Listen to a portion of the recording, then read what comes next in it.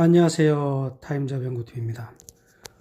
제가 아까 동영상에서 마지막 부분에서 잘못 이야기한 내용이 있어서 연이어서 이야기 드리겠습니다. 그래서 이스라엘의 결혼 풍속은 사실은 신랑이 신부와 정혼, 즉 약혼을 한 이후에 신랑이 신부 아버지에게 지참금을 주고 신랑의 아버지 집으로 다시 돌아갑니다. 돌아가서 신혼집을 예비하기 위해서 돌아가고 적어도 1년에서 2년 정도 이후에 신랑이 친구들과 함께 신부의 집으로 다시 옵니다.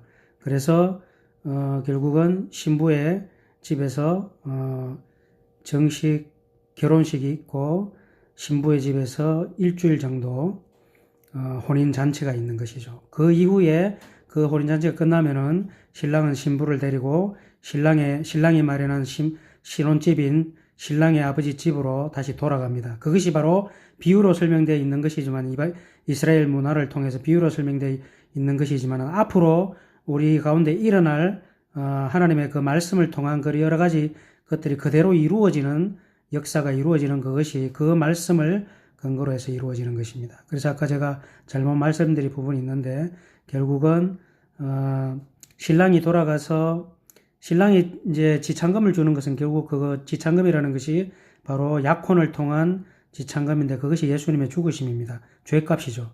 그리고 신랑의 아버지 집에도 돌아가서 1년에서 2년 정도 있는데, 그것이 하나님의 하루가 천년 같고, 이렇게 이제 보통 그것을 비유로 할 때 2000년 정도 이후에 다시 오는 거죠.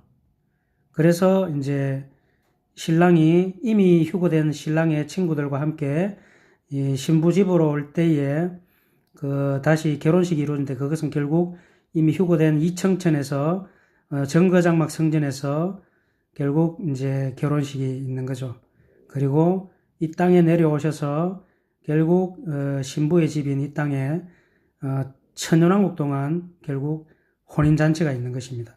혼인잔치가 끝나면 천년왕국 이후에 결국 이제 모든 하나님의 거룩한 성도들, 신부들이죠. 그들과 함께 영원한 아버지 집, 신랑의 아버지 집으로 돌아가는 것입니다.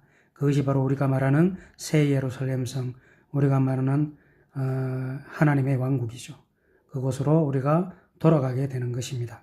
그것이 비유로 설명되어 있지만, 아주 구체적으로 이스라엘의 결혼 문화와 아주 접목해서 아주 구체적으로 그것이 설명되어 있고, 그것이 바로 이제 우리가 이 이사야서나 또 이 계시록에 통해서 볼 수 있는 어린 양의 혼인잔치를 통해서 우리가 볼 수 있는 것입니다.